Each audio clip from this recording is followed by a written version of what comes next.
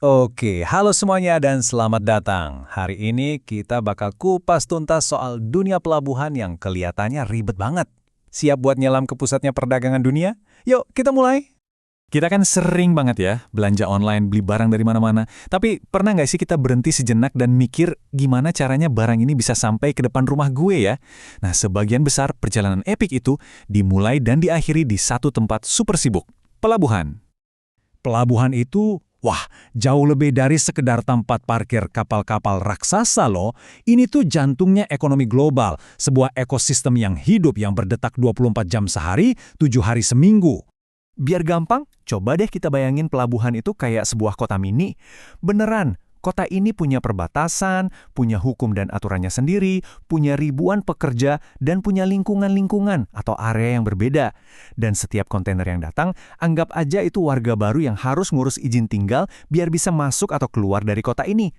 Nah, sama kayak kota pada umumnya, kota pelabuhan ini juga punya penjaga gerbang. Mereka ini adalah berbagai lembaga pemerintah yang tugasnya memastikan semua warga dan barang bawaannya mengikuti aturan main. Yuk, kita kenalan sama mereka. Yang paling pertama dan paling dikenal tentu saja Bea Cukai. Anggap aja mereka ini petugas perbatasan sekaligus kantor pajaknya kota pelabuhan. Tugas utama mereka ada dua, ngawasin semua barang yang keluar masuk dan mastiin pajak impor atau ekspornya dibayar lunas. Penting banget ini, karena tanpa mereka, negara bisa kehilangan banyak pendapatan. Selanjutnya ada Syah Bandar. Kalau Bea Cukai ngurusin barang, Syah Bandar ini ibaratnya menara kontrol lalu lintas, tapi buat di laut. Mereka lah yang ngatur jadwal kapal sandar, mastiin kapal-kapal raksasa itu bermanuver dengan aman, dan menjaga keselamatan pelayaran. Tanpa Syah Bandar, bisa-bisa kapal tabrakan di mana-mana. Terus ada imigrasi. Bedanya sama Bea Cukai, kalau Bea Cukai fokus ke barang, nah imigrasi ini fokus ke orangnya. Mereka yang ngecek paspor dan dokumen semua awak kapal, penumpang, ya pokoknya setiap orang yang masuk atau keluar negara lewat pelabuhan. Apalagi di zaman sekarang, peran karantina ini jadi krusial banget. Mereka adalah garda terdepan kesehatan negara di pelabuhan. Mereka memeriksa dan memastikan nggak ada penyakit menular, hama tanaman, atau organisme berbahaya yang ikut masuk barang, hewan, atau manusia. Dan yang terakhir, ada Kesatuan Penjaga dan Pengamanan Pelabuhan atau sering disebut KP3. Gampangnya, mereka ini polisinya kota pelabuhan. Mereka yang jaga keamanan dan ketertiban sekaligus memastikan semua kapal udah dapat port clearance atau surat jalan resmi biar boleh berangkat meninggalkan pelabuhan. Jadi, inilah tim penjaga gerbang kita. Masing-masing punya tugas super penting. Bea Cukai urusan barang dan pajak, Syah Bandar urusan kapal, imigrasi urusan orang, karantina urusan kesehatan, dan KP3 urusan keamanan. Keren kan kerja sama mereka? Oke, gerbangnya udah kita lewatin. Terus, gimana caranya kontainer segede gaban itu bisa pindah dari kapal ke darat atau sebaliknya? Nah, sekarang kita masuk ke ruang mesinnya pelabuhan. Pada dasarnya sih, semua kegiatan di pelabuhan itu bisa kita bagi jadi 3 pilar utama. Kalau kita paham ketiga pilar ini, kita bakal langsung ngerti gimana cara kerja sebuah pelabuhan. 3 pilar itu adalah pertama, jasa kapal, semua yang berhubungan sama kapalnya. Kedua, jasa barang, ini tentang muatannya. Dan ketiga, jasa infrastruktur, kayak nyediain gudang atau listrik. Nah, untuk sekarang kita fokus ke 2 pilar pertama yang paling kelihatan aksinya. Oke, pilar pertama, jasa kapal. Ini tuh semua layanan buat bantu kapal biar bisa parkir dengan selamat. Ada jasa pandu, ini kayak ada supir ahli lokal yang naik ke kapal buat nyetirin kapten di perairan yang tricky.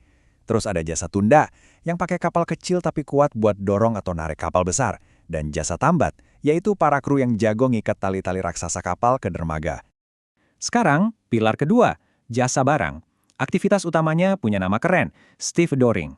Ini pada dasarnya adalah pekerjaan bongkar muat. Para pekerja stevedore inilah yang jadi operator derek raksasa yang mindahin kontainer dari kapal ke dermaga atau sebaliknya. Merekalah ototnya pelabuhan. Oke, kita udah kenal para pemain dan proses utamanya. Biar makin keren dan ngerti obrolan orang pelabuhan, yuk kita belajar beberapa istilah kunci yang sering banget dipakai di kota pelabuhan ini. Anda pasti bakal sering dengar FCL dan LCL. Gini bedanya, FCL atau Full Container Load itu artinya Anda booking satu kontainer penuh buat barang Anda doang.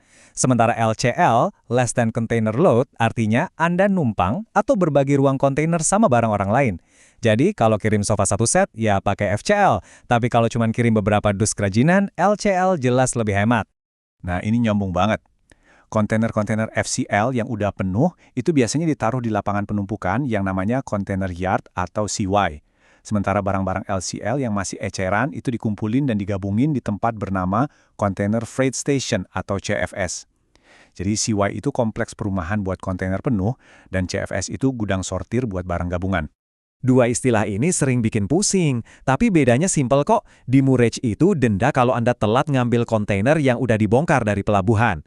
Kalau detention, itu denda karena Anda telat balikin kontainer kosongnya ke depo. Intinya, demurrage itu di dalam pelabuhan, detention di luar. Dua-duanya biaya yang harus dihindari. Bea Cukai, Syah Bandar, stevedoring, FCL, demurrage. Wah, banyak banget ya istilah dan pihak-pihaknya. Gak heran kalau ekosistem pelabuhan ini sering diibaratkan kayak labirin yang rumit. Ngelihat semua ini, wajar kalau kepala jadi sedikit ngebul. Kelihatannya emang ribet banget, banyak banget aturannya, banyak banget yang harus diurus. Tapi, tenang, sebetulnya nggak harus rumit itu. Kunci buat menaklukkan labirin ini adalah punya mitra atau pemandu yang udah hafal setiap belokannya. Perusahaan logistik profesional itu tugasnya jadi pemandu ahli Anda. Mereka yang akan ngurusin semua detail-detail rumit ini, jadi Anda bisa fokus ke hal yang paling penting, mengembangkan bisnis Anda. Nah, pemandu ahli seperti PT Mora Multi Berkah inilah yang bisa mengambil alih semua kerumitan tadi. Dengan pengalaman mereka menavigasi setiap sudut ekosistem pelabuhan, barang Anda dijamin bisa bergerak lebih lancar, cepat, dan efisien. Jadi pertanyaannya sekarang, apakah Anda siap membuat proses logistik bisnis Anda jadi jauh lebih sederhana? Terima kasih sudah menyimak.